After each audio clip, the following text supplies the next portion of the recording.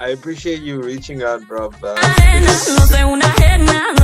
you been doing this, bro? Like, I know it's been like what since back in 2000. Job is not for entrepreneurs.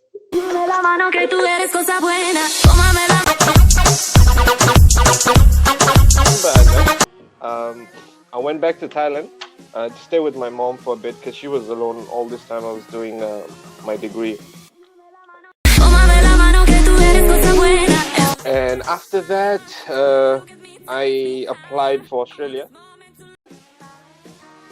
I need to work hard to stick here so that I can maintain this lifestyle. Because I just fell in love with the lifestyle.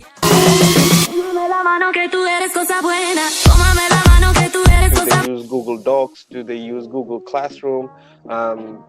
Any Google apps or Google Chromebooks, for example?